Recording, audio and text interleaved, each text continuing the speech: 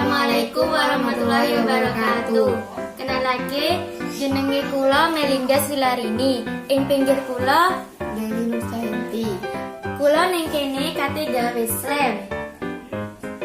Iki bahan lan alate.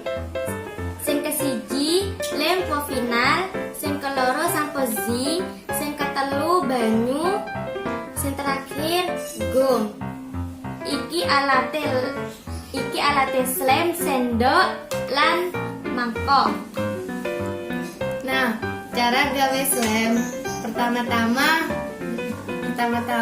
tuangake lem kombinal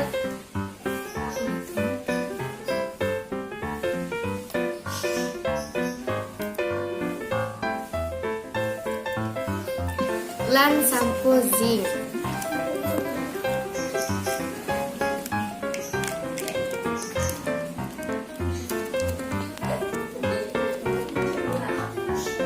Lalu Lan banyu.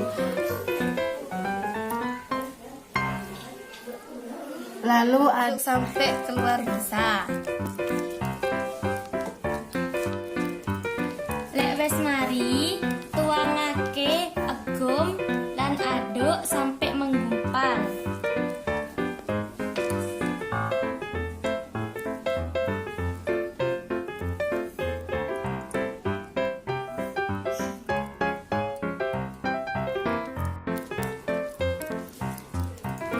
Wise klumping lan muter kanggo tangan.